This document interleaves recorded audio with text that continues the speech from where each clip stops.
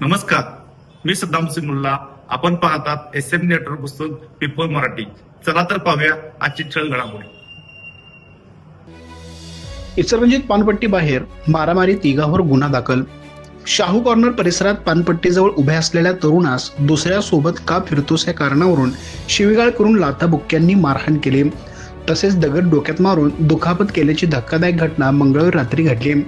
या प्रकरणी यांच्या इचलकरंजी पोलीस ठाण्यात फिर्यादी रोहन मारुती भांगे वय वर्ष 26 राहणार सांगजनी शाहूनगर याच्या फिर्यादीनुसार गुन्हा नोंद झाला आहे.